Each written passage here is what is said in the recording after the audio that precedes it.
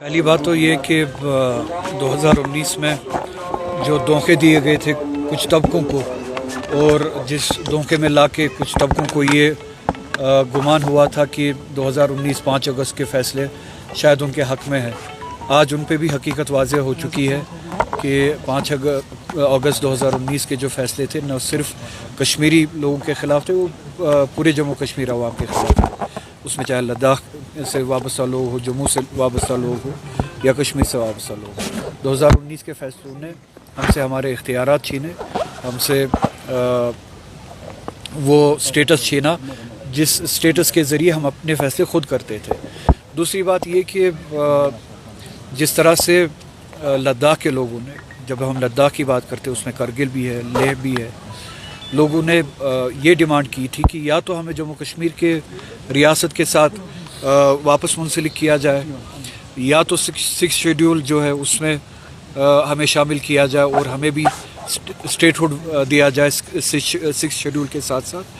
تو جب تک یہ 5 سالوں تک پرامن طریقے سے بات کر رہے تھے، اپنی ڈیمانڈ کو رکھ رہے تھے، چاہے وہ دلی میں ہو، چاہے وہ لیہ میں ہو، چاہے وہ کرگل میں ہو، تب تک مغرور ہو کے یا بے پرواہ ہو کے ان کی طرف جو دھیان نہیں دیا گیا، جو توجہ نہیں دی گئی، جو احترام نہیں دیا گیا ایک ڈیموکریٹک سٹرگل کو یا پرامن کوشش کو، تو سب سے بڑے مجرم تو اقتدار میں بیٹھے دلی میں وہ لوگ ہیں جو فیصلہ لیتے ہیں، جو پرامن لوگوں کی پرامن باتوں کو سنتے نہیں ہیں۔ 5 سال سے یہ لوگ، 6 سال سے یہ لوگ ان 2-4 باتوں پہ ڈیمانڈ کر رہے ہیں، یا تو ہمیں جموں کشمیر کے ساتھ واپس شامل کیا جائے اور ہمارا سٹیٹس بحال کیا جائے، یا ہمارا اسٹیٹ ہوڈ بحال کیا جائے لداخ کا 6 شیڈول کے ساتھ۔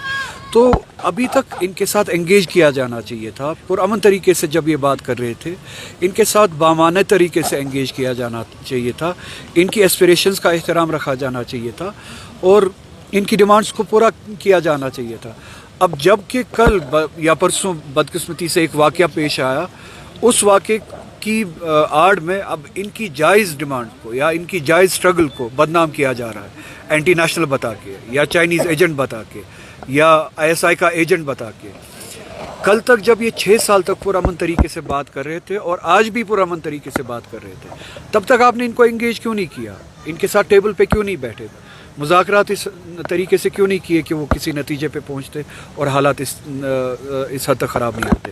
کیا آپ چاہتے ہیں کہ حالات یا لوگوں کو اس حد تک دھکیلا جائے جہاں پہ مایوسی ہو، اور مایوسی کے ویکیوم میں، مایوسی کے اس سچویشن میں اس طرح کے واقعات ہو، اور آپ اس طرح کے واقعات کا ناجائز فائدہ اٹھا کے پھر لوگ جن کی ایسپریشنز ہوتی ہے ان کو اینٹی نیشنل قرار دے، ان کو ملک دشمن قرار دے اور ان کی جائز ڈیمانڈ پہ جو ہے آپ پیر رکھے یا رون دے؟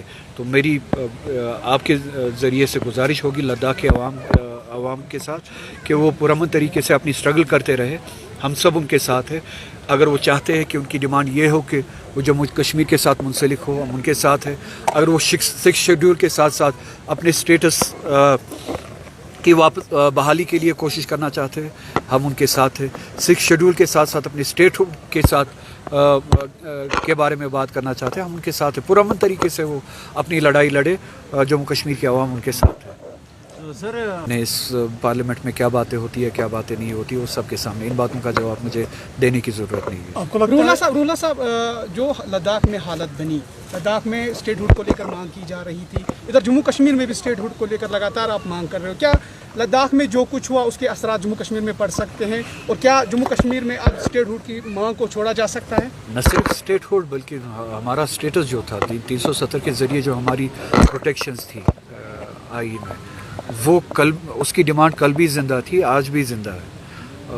کبھی آپ لوگوں میں وہ مایوسی دیکھتے، وہ اس وجہ سے ہے کہ جو پاور میں لوگ ہیں، دلی میں لوگ ہیں، وہ لوگوں کی ایسپریشنز کو اہمیت نہیں دیتے، اس کو امپورٹنس نہیں دیتے، ویلیو نہیں دیتے۔ اس کا مطلب یہ نہیں ہے کہ لوگوں نے اپنی جائز ایسپریشنز چھوڑ دی ہے۔ تو لداخ میں جو ڈیمانڈ ہے لوگوں کی، جو سٹرگل ہے، وہ ریفلیکشن ہے جو جموں کشمیر کی عوام جو ہے ان جنرل جو فیل کرتے ہیں. تو بہتر ہوگا اس ملک کے لیے جب تک پرامن طریقے سے ڈیموکریٹک طریقے سے لوگ اپنی بات کرتے ہیں, اپنے ایسپریشنز کے بارے میں بات کرتے ہیں, اپنے حقوق کے بارے میں بات کرتے ہیں, تو ان کو سنا جائے اور ان کی جائز مانگوں کو پورا کیا جائے, ہمارے اسٹیٹس کو بحال کیا جائے. خدا نخواستہ اس طرح کا ویکیوم کریٹ نہ ہو کہ جس میں جو ہے پھر اس عوام کو بھی اور ملک کو بھی نقصان اٹھانا پڑے. یہ کسی کے حق میں نہیں ہے. جمہوری طریقے سے پرامن طریقے سے اگر جموں کشمیر کے عوام ہم سب اپنی ایسپریشنز کے بارے میں بولتے ہیں, اپنے رائٹس کے بارے میں بولتے ہیں, تو یہ ملک کے حق میں ہے کہ جو دلی میں طاقتیں ہیں وہ جموں کشمیر کے لوگوں کی بات کو سنے اور اس کو پورا کرے, اس پہ عمل کرے. ہماری پروٹیکشنز جو 370 کے ذریعے ہمیں جو پروٹیکشنز تھی اس پوری ریاست کو بشمول لداخ, وہ پروٹیکشنز ہمیں واپس دے اور وہ اسٹیٹس ہمیں واپس دے. عمر عبداللہ نے کل کہا تھا کہ ہم بی جے پی سرکار کو جموں کشمیر میں نہیں آنے دیں گے, ہم اپنی طریقے سے کام یہاں پہ کر رہے ہیں اور ہم کرتے رہیں. تو اچھی بات ہے, جموں کشمیر کے لوگوں نے ووٹ ہی اسی لیے دیا تھا پچھلی اسمبلی الیکشن میں کہ بی جے پی کو جموں کشمیر سے دور رکھا جائے. تو یہ ہماری ذمہ داری ہے, یہ کسی پہ مہربانی نہیں, یہ ہماری ذمہ داری ہے. اس وعدے پہ عمل کرنا ہے. اس تنظیم نے ووٹ لیا ہے اس بات کے لیے کہ ہم بی جے پی کو اس ریاست سے دور رکھیں گے. یہ مہربانی نہیں ہے, وہ اپنے کول پہ اور اپنے وعدے پہ عمل کرنے کی بات ہے. Thank you. شکریہ.